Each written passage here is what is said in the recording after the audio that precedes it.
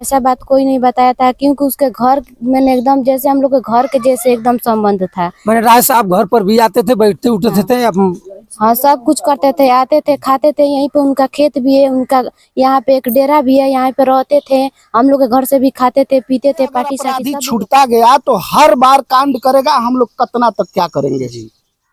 अब की बात नहीं है, अगर यही प्रक्रिया जारी रही तो आगे इससे भी दर्दनाक घटना हो सकती है। अगर इसको कंट्रोल नहीं किया गया, इस पर कानूनी कार्रवाई नहीं की गई तो आगे इससे भी दर्दनाक घटना हो सकती है। उस समय हम उत्तर प्रदेश के मुख्यमंत्री कब आपका बुलडोजर चलेगा इनके पर?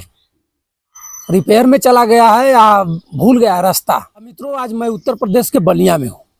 अब बलिया को आप अच्छी तरह से जानते पहचानते हैं। बलिया में आज से कुछ दिन पहले एक ऐसी घटना घटी है जिसको आप जान करके सुन करके हैमस खाएंगे। जिसके घर और जिसका पुत्र आज इस दुनिया में नहीं है, वो हमारे साथ, वो पिता हमारे साथ है। मैं सबसे पहले इनसे ही आपको मिलवाऊंगा और ये बताएंगे घटना की सच्ची कहानी। चाचा जी, क्या नाम है आपका? राम रतन, ग्राम भाटी और थाना सिकंदरपुर, जिला बलिया का मैं हूँ। चाचा जी, आपके साथ जो घटना घटी है, आपका लड़का इस दुनिया में अब नहीं है, कब की घटना है और कब आप जाने, कैसे जाने? 30 जून को यहाँ से हमारे लड़के नवीन कुमार को ब्रजेश राय ने, ही गांव ही के लड़का है, उन्होंने हम यहाँ किसी काम के वास्ते जी रोकूंगा मैं। नवीन कुमार और ब्रजेश राय भी इस गांव के हैं और नवीन कुमार आपके पुत्र हैं। इन दोनों की उम्र कितनी है? हमारे लड़के का 28 वर्ष उम्र है। उस लड़के का हमको लग रहा है कि 35 से ऊपर होगा जी, लगभग 35 से ऊपर उसका उम्र होगा। लेकिन हमारे बच्चे को बैठा के लेके गया मार्केट सिकंदरपुर। कहाँ से? यहाँ से? यहीं से, हमारे दरवाजे के सामने से बैठा के ले गया मोटरसाइकिल पर जी। हाँ, उसके बाद बोला कि चलो हम लोग बाजार करके शाम में आ जाएंगे जी। लेकिन ले करके गया, उसके बाद से उसकी मोबाइल दूसरे दिन हमने चेक किया तो स्विच ऑफ मिली। हमारे बच्चों को भी मिली, उनका भी मिला। यानी राय साहब की भी मोबाइल स्विच ऑफ मिली और बच्चे की भी मोबाइल स्विच ऑफ मिली। दोनों, हमारा बच्चा को भी और जो लेके गया था साथ में ब्रिजेश है, उसका भी मोबाइल बंद कर दिया था।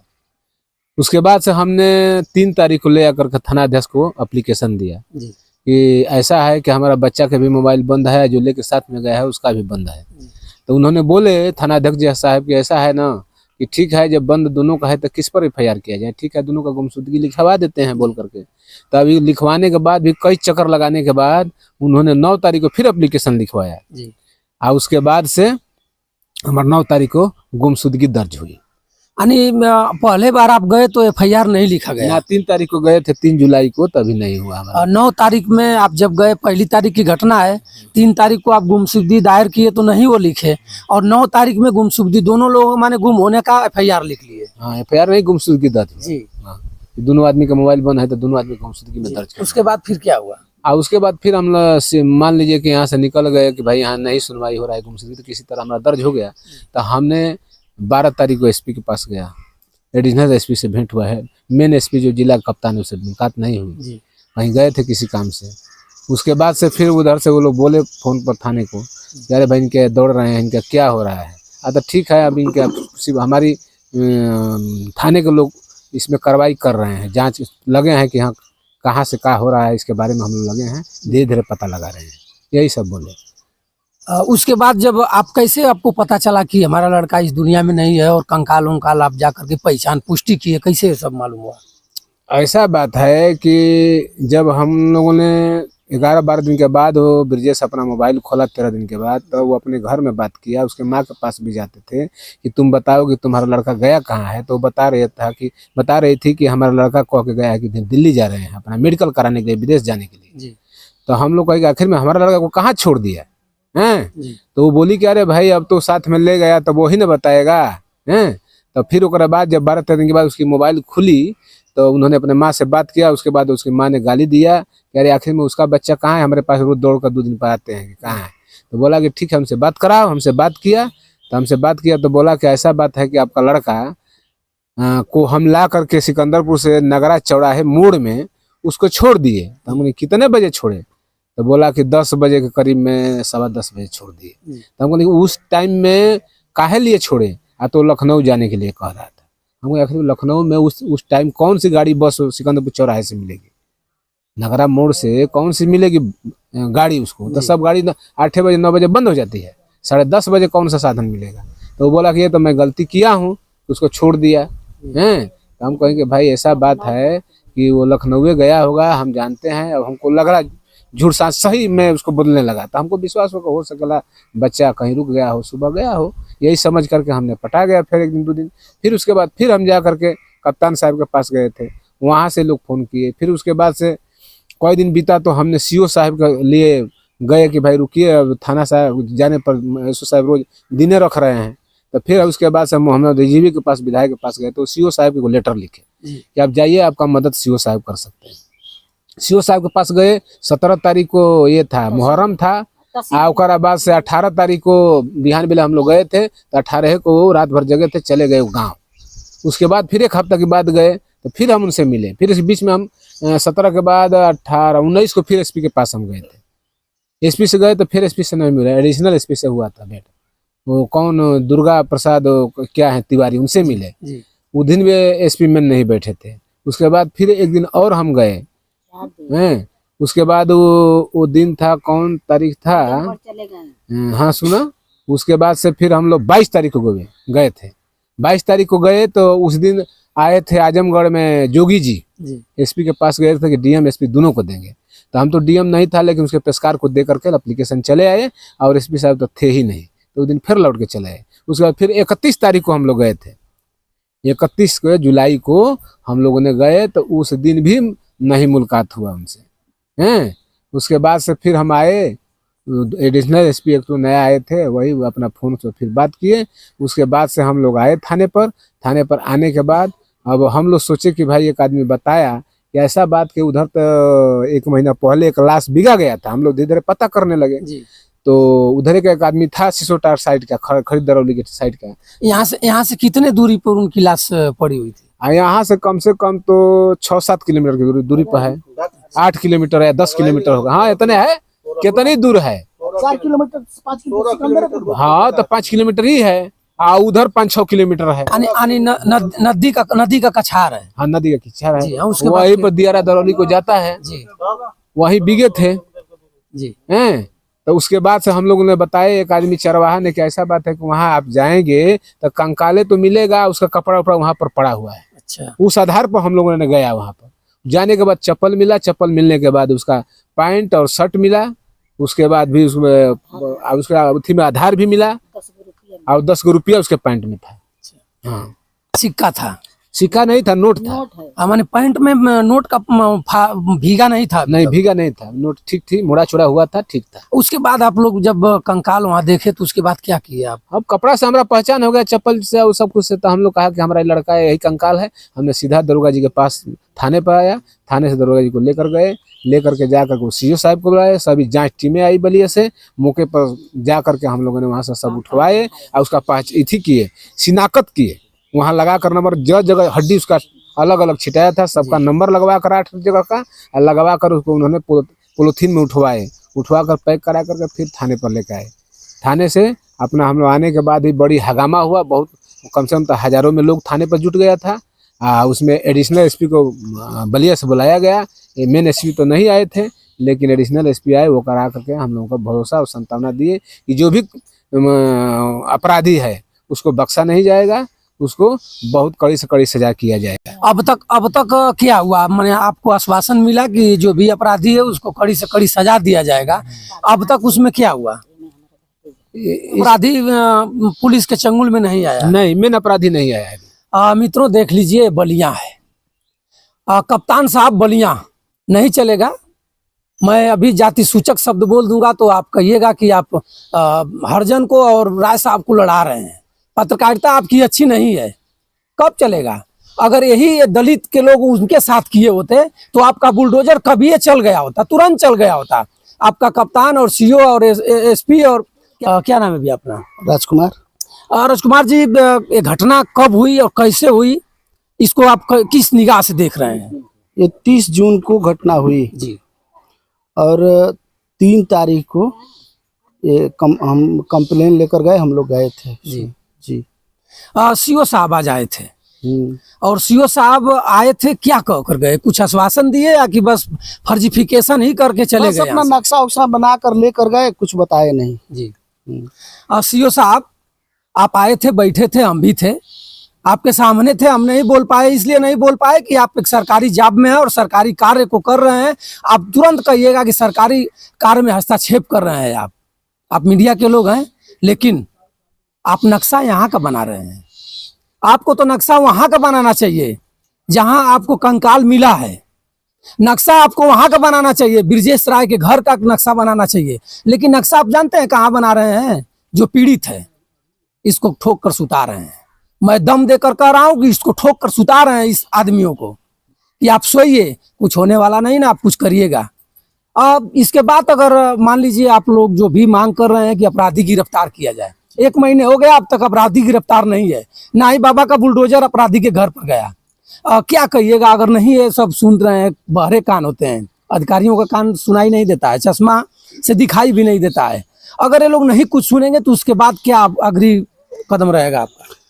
300-400 लोग हम लोग गए थे, तब तो इस पर कुछ कार्रवाई का नाम निशान चला जी। इसके बाद नहीं होता है तो इससे भी उग्र रूप लेकर हम लोग थाने का घेराव करेंगे, चक्का जाम करेंगे, लेकिन हर ऊंचाई तक पहुंचने की कोशिश करेंगे हम लोग। गांधीवादी तरीके से आप लोग जो भी प्रदर्शन और विरोध करना होगा करिएगा जी, लेकिन जो भी न्याय है, न्याय मिलना चाहिए। न्याय मिलना चाहिए। अच्छा ये बताइए, आप पढ़े लिखे ऐसे अगर अपराधी छूटता गया तो हर बार कांड करेगा, हम लोग कितना तक क्या करेंगे जी।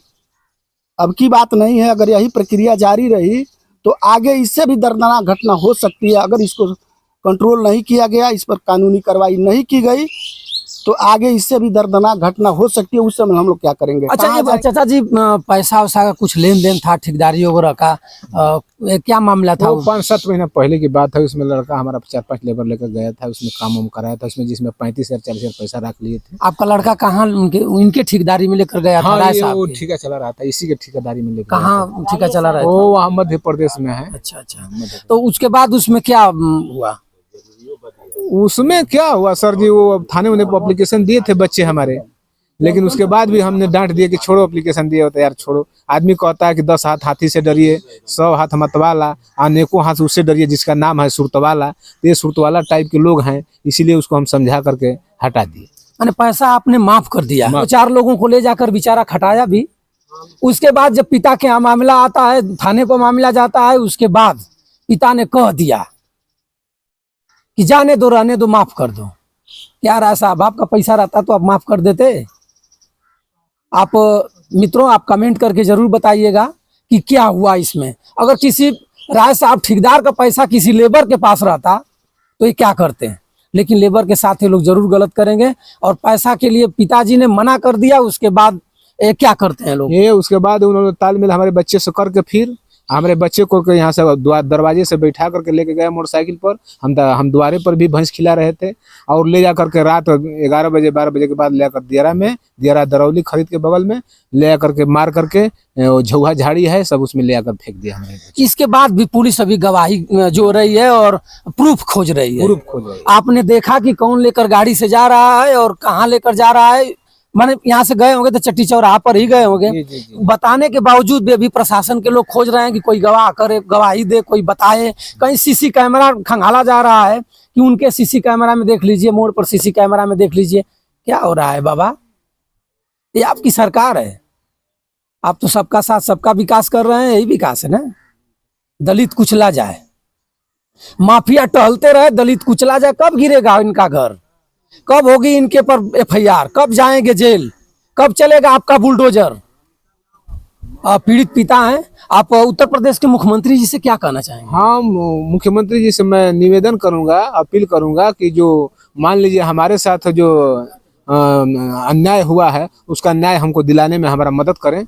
और पीड़ित जो हम पीड़ित हैं तो हमको कम से कम तो जो अपराधी है वो अपराधी को जल्द से जल्द उसको फांसी का सजा दे।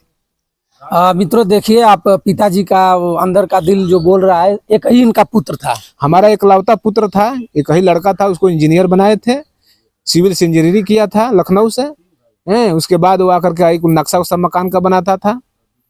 उसके बाद से और बच्चों के माने जो भी हमारा बच्चा था वो झगड़ेलू टाइप का भी नहीं था, ना किसी को कुछ बोलता था। लेकिन का जाने का उसके मन में इस तरह का ब्रिजेश राय को मन में आया कि ले आकर के उसको जान से मार दिया। ये लोग क्या कहना चाहेंगी मुख्यमंत्री से आप? ये मांगता नहीं कि हमारे सामने उनके फांसी का सजा दिया। क्या नाम है बेटा आपका? मेरा ममता नाम है। आपके भाई थे? हाँ मेरे भाई थे।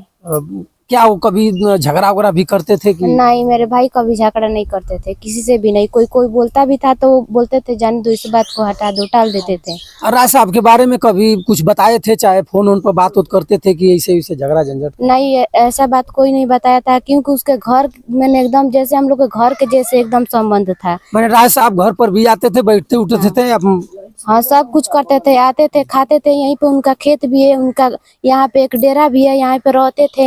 हम लोग के घर से भी खाते थे, पीते थे, पार्टी सार्टी सब वो लोग करता था। ऐसी बात नहीं है, कोई दुश्मनी नहीं थी। उसके बाद भी ले जा करके और ऐसा घटना कर? हाँ ले जाकर ऐसा घटना कर दिए हैं, लेकिन उनसे हम यही पूछना चाहते हैं कि उसका कसूर का था, हम आके बताए, तब तो हम लोग जानेंगे ना कि कौन सा कांड किए हैं, क्या किए हैं, नहीं किए हैं। तभी तो हम लोग भी जानेंगे कि मेरा भाई ऐसा था वैसा था। चाहे उसके फैमिली वालों से आके बताना चाहिए था। उसको जिंदा मारे काहे लिए हो? हम लोग चाहते हैं बस हम लोग के सामने वो हाजिर हो और उसे फांसी की सजा हो, हम लोग के सामने, आंख के सामने। उत्तर प्रदेश के मुख्यमंत्री जोगी बाबा हैं, जिसको आप जानती होंगी, उनसे क्या कहना चाहेंगी इस विषय पर? उनसे हम यही कहना चाहेंगे कि मेरे भाई को इंसाफ दिलाएं और उनके घर पे बुलडोजर चलवाएं। यही बाबा बुलडोजर चलवा दीजिए, ठान लीजिए अपराधी तो अपराधी, कानूनन बुलडोजर चलवा दीजिए। कहीं ना कहीं वो पापी है, दुष्ट है, उस पर बुलडोजर चलना चाहिए। क्या नाम है अपना? संजू देवी। आप क्या लगती हैं? नवीन का मैं भाभी लगती हूँ। आप भाभी हैं?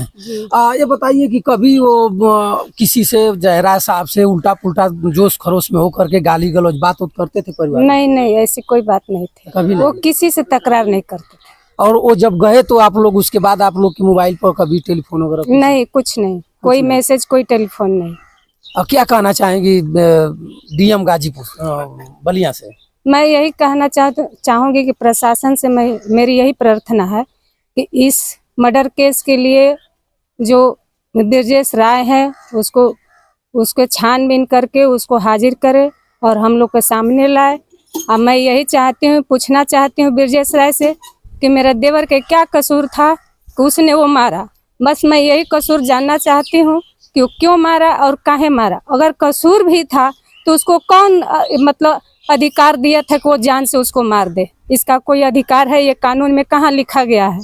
मैं ये जानना चाहती हूँ। मैं आदित्यनाथ योगी जी से मैं ये कहना चाहती हूँ कि उसको जल्द से जल्द वो मुजरिम को पकड़ा जाए और उसके लिए उनके घर पर बुलडोजर चलवाया जाए और मुजरिम को फांसी की सजा दी जाए। मित्रों आप देख सकते हैं, कुछ चंद पैसों का लेन देन था और लेन देन जानते हैं कैसा था? मैं एक बार फिर आपको बता रहा हूँ, लेन देन था मेहनत की कमाई।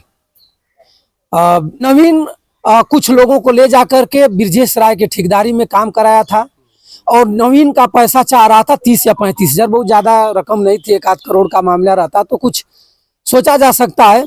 और इसमें पंचायत भी हो चुकी थी। पिताजी ने कह दिया था कि छोड़ दो, जाने दो, माफ कर दो। क्यों? इसीलिए शायद कि ब्रजेश राय परिवार में बैठकर खाना पीना, अच्छा संबंध था। चलो भैया 30 हजार का ही मामला है, उसको बंद करो। लेकिन कहीं ना कहीं ब्रजेश राय के दिल में उसका गूढ़ी लपेटी हुई चली जा रही थी और ब्रजेश राय फाला भुसला करके उनको ले जाते हैं और ले जा करके निर्मम हत्या कर दिया। नहीं करनी चाहिए। और उसके बाद भी बाबा का बुलडोजर अभी शांत है और सीओ साहब आ रहे हैं जांच करने। शर्म नहीं इनको लग रही है? जांच कर रहे हैं, न पता किसकी जांच कर रहे हैं। जो निर्दोष है उसका घर गिराएंगे लोग और जो दोषी है उसका जांच कर रहे हैं। हमारे साथ देख कि सब लोग आए, लेकिन सत्ता के लोग नहीं आए। सत्ता के लोग क्यों आएंगे? उन्हीं के ऊपर जब अंगुली उठेगी तो कैसे काम चलेगा? भीम आर्मी के चीफ सांसद चंद्रशेखर जी भी अपने लोगों को यहाँ भेज करके जायजा लिया। लड़ते भिड़ते रहते हैं अपने लोगों के लिए। और देखिए हमारे साथ कुछ और नौजवान हैं, इनसे मैं बात करना चाहूँगा। खड़ा हो जाइए। क्या नाम है आपका? अमरजीत राजभर में। अमरजीत जी, आप बता रहे थे सीओ साहब से कि हमारे मोबाइल पर धमकी भी आ रही है। जी जी सर। कौन धमकी दे रहा है? वो हमको धमकी दे रहे थे कि पैसा नहीं दोगे तो तुमको भी टंगवा देंगे, अब अगला नंबर तुम्हारा ही है। कौन धमकी दे रहा है? वो ब्रजेश राय। आप रिकॉर्डिंग किए हैं? हाँ उसका रिकॉर्डिंग है। तो सीओ साहब से आपने बताया तो सीओ साहब कुछ? वो कहे कि रिकॉर्डिंग हमको देना, इसका अलग ब्यौरा हम बनाएंगे। अच्छा। जी सर। तो क्या कहना चाहेंगे बलिया के डीएम महोदय? और हम तो सबसे पहले आपका चैनल को धन्यवाद देना चाहेंगे कि आप हमारे समक्ष हम लोगों को सहयोग करने में बहुत मदद की है। इसको चैनल के मार्फत से आप हमारे प्रदेश में इस बात को चर्चा करेंगे। बलिया कड़ियों को हम यही कहना चाहेंगे कि जो अपराधी है उसको सख्त से सख्त उसको सजा दी जाए। सबसे पहले हमारे पूरे ग्राम सभा के लोगों को मांग है कि इसकी फांसी दी जाए और उसके घर पे बुलडोजर चलाया जाए। बुलडोजर चलना चाहिए, चाहिए एकदम कानूनन बुलडोजर चलना चाहिए। अब तक मुलजिम 1 महीना हो गया फरार है, इस पर आप क्या कहेंगे? क्या ये लोग सोच रहे हैं? ये सामान्य वर्ग का न है। अगर उसके पक्ष में अगर ये लोग पिछड़े वर्ग के लोग किए होते तब तक उनके घर पे बुलडोजर चल जाता है, विश्वास है एकदम कन्फर्म। लेकिन वो लोग बैकवर्ड के हैं, इसीलिए सामान्य के है ना, और समान के हैं, इसीलिए उनके ऊपर बुलडोजर नहीं चल रहा है जी। सत्ता पक्ष के लोग बचा रहे हैं। सत्ता पक्ष के लोगों को उसी के दिन से 1 महीने से प्रशासन को चुतिया बना रहा है। प्रशासन से बात करते हुए भी प्रशासन के सामने वो नहीं आ रहा है जी। प्रशासन हम लोगों को 1 महीने से चुतिया बना रही है। आज पकड़ देखिए कितना जबरदस्त अपराधी है। एक तो अपराध किया, इतना गड़बड़ अपराध किया, ले जाकर के महीनों दिन दफना दिया और कंकाल मिला परिवार को। और भी दबंग अपराधी की एसओ से भी करता है बात, लेकिन एसओ साहब पकड़ नहीं पाएंगे। सीओ साहब जांच करेंगे लेकिन पकड़ नहीं पाएंगे। धमकी भी आती है। जिस नौजवान को देख रहे हैं, इस नौजवान के मोबाइल पर ब्रजेश राय की धमकी आई और आज सीओ साहब के सामने ये नौजवान जब रखे बात तो सीओ साहब ने कहा कि इनकी व्यवस्था अलग की जाएगी। सीओ साहब कब की जाएगी? हमने तो अपनी बात सीओ साहब और कुछ अनहोनी, अगर और कुछ अनहोनी हो जाएगी तब क्या उसी अनहोनी का इंतजार है कि ये लोग उग्र रूप पकड़े और पकड़ करके थाना पर चले जाएं और थाना पर मुर्दाबाद और जिंदाबाद का नारा लगाएं और वहां भी कुछ हो? आप लोग तो यही चाहते होंगे ना कि ये लोग नान वर्ग के लोग हैं, जा करके अपना हुड़दंगई करेंगे, उसके बाद 20-25 लोगों के 50 लोगों की संख्या में FIR कर देंगे, वो मामला दब जाएगा। तो ये लोग भी अपने आप को कानूनन गादीवादी तरीका से आपको झिलाएंगे और आपको कहेंगे कि आप दूध का दूध पानी का पानी करिए। और मित्रों, मैं आज बलिया में हूँ और बलिया के एक घटना, सबसे निर्दयी घटना बलिया की है। मैं फिर अगर इसमें जो भी परिवर्तन हो रहा है परिवार वालों से मिल करके मैं आपको जरूर आपके पटल पर रखूंगा। तब तक के लिए आप कमेंट करके जरूर बताइएगा कि यहाँ के कप्तान, यहाँ के DM, यहाँ के CO, यहाँ का SO कितना भ्रष्ट है कि अब तक अपराधी नहीं पकड़ा गया। महीनों दिन बीत गया लेकिन अपराधी नहीं पकड़ा गया। अगर यही कोई दूसरा रहता, ये लोग उनके साथ किए होते तो बाबा का बुलडोजर जरूर चलता और जरूर आता और कितने लोगों पर गैंगस्टर और मुकदमा लिखा जाता। तब तक के लिए मित्रों आप वीडियो में बने रहें। बंसराज यादव का सादर प्रणाम।